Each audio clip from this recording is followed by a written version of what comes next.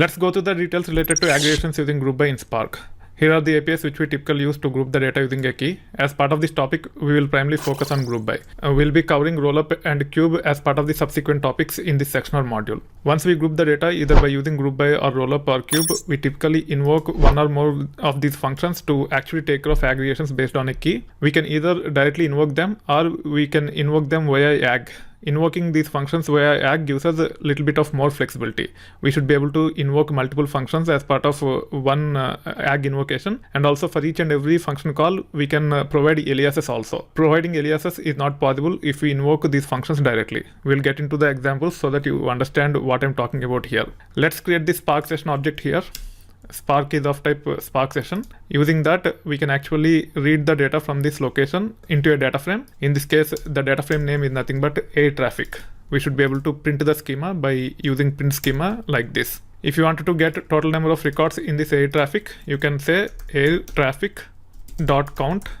You should be able to get the total count from this data frame. We have 605,659 records in this data frame. Now let's group by the date. In this case, we do not have date as part of a field in air traffic, and hence we are generating a field by name flight date using concat and lpad. We can even use concat and lpad to generate flight date as part of the group by. So in this case, flight date is being generated while grouping the data using flight date. The date is created using year, month, and day of month. Once you group by based upon a key, you should be able to use count like this, and you should be able to get the count for each and every key that is there as part of this flight date. As we are talking about 2008 January, there will be 31 records. For each and every date, we'll be seeing count. So there will be 31 dates and corresponding counts when we run this piece of code.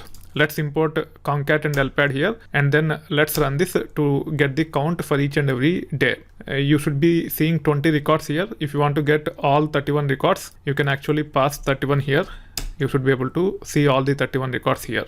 You can go to these dates. These are nothing but unique dates within the month of 2008 January. Now, if you want to use AG and get the count, first you need to import count like this. As part of the count, either we can specify the column name or we can specify the literal also. If you want to specify the literal, you have to import lit also. That's why I'm importing lit here. Once we import count and lit on top of the object that is created using group by, we should be able to invoke AG like this. As part of AG, we can pass one or more aggregate functions like this. For each and every function, we should be able to provide alias like this. As count can take literal, in this case, I'm saying lit of 1 to get count based on a literal. For count, we don't need to have specific value, whereas with respect to sum, min, max, average, etc., we need to have specific values, and typically we pass proper column names with respect to sum, min, max, average. With count, either we can pass literal like this, or we can even specify some unique field to get the count. Now let's run this, and we should be able to get the count for each flight date. For each and every day in the month of 2008 January, you should be able to see the count here. If you want to get all 31 records, you can say 31 like this, and you should be able to see the output.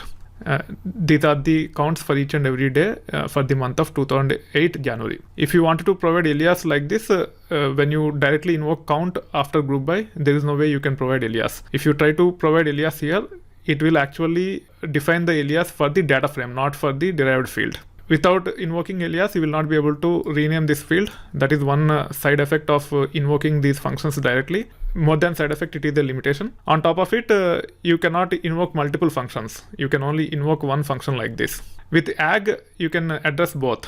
As of now, we have seen example with only one function, which is nothing but count as part of AG. Now let's perform few more tasks so that we understand more about using AG to invoke multiple aggregate functions. As part of this task, let's get count of flights departed, total departure delay, and average departure delay for each day over the month of January 2008. We have to import sum and average like this so that they can be invoked as part of the AG. We have already imported count earlier, so we'll be using count to get number of flights departed, sum to get total departure delay, and AVG to get average departure delay. To get the details about all the flights that are not cancelled, I'm adding this filter on top of air traffic. This will create a data frame which will contain only those flights which are not cancelled. After that, I'm using group by, and I'm concatenating year, month, and day of month to get flight date.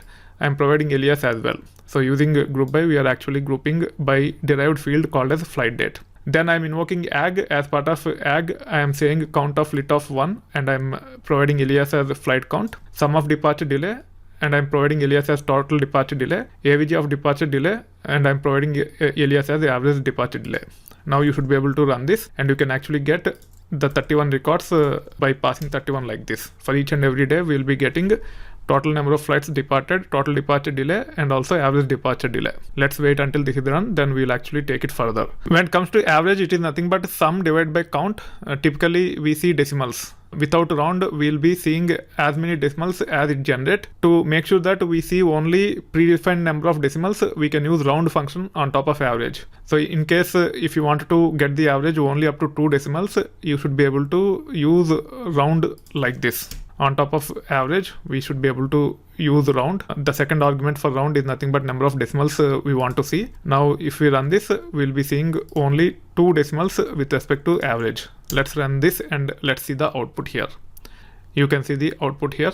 Now let's perform another task. The task is nothing but using order items get revenue for each order. For this, I'm actually defining a variable by name order items path. In this case, we are using JSON files so that we do not have to specify the schema. Let's define this variable by name order items path, and the path is nothing but public retail DB JSON order items for order items dataset. Now we should be able to use spark.read.json to read JSON files in this location. It will take care of creating the data frame using order items data. In this case, we want to get revenue for each order, which means we have to group by order item order ID. If you look at the schema of order items, we have these 6 fields. Let me say print schema here, and let's review the output. We have 6 fields. They are nothing but order item ID, order item order ID, product ID, product price, quantity, subtotal. In this case, we want to get revenue for each order, which is nothing but this one.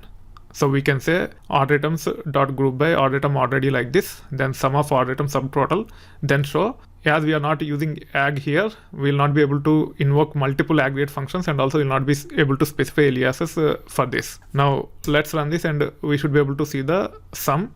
You can see that the derived column name is nothing but sum of order item subtotal. Now if you want to get it more appropriately, then we have to use ag. This is how it will look like. Let's import sum first and then let's run this. We have already imported sum earlier, and hence I'm deleting this. Now you should be able to see the output.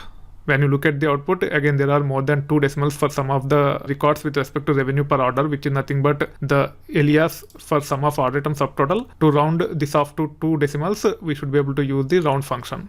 We already imported round, and hence we can use round directly on top of sum of order item subtotal with 2 as number of decimals. Let's run this and we should be able to see the output here. We got revenue for each order item order ID. Now let's perform another task. Let's get min and max order item subtotal for each order ID. You just have to use min and max like this. You can specify the alias and you should be able to get min and max order item subtotal for each and every order ID. Let's import min and max and then let's run this to see the output. You can see the output for each and every order ID. We got revenue per order, which is nothing but sum, then min of order item subtotal, and also max of order item subtotal. This is how you should be able to group the data based on key and then perform aggregations either by using functions directly or by invoking one or more functions using ag.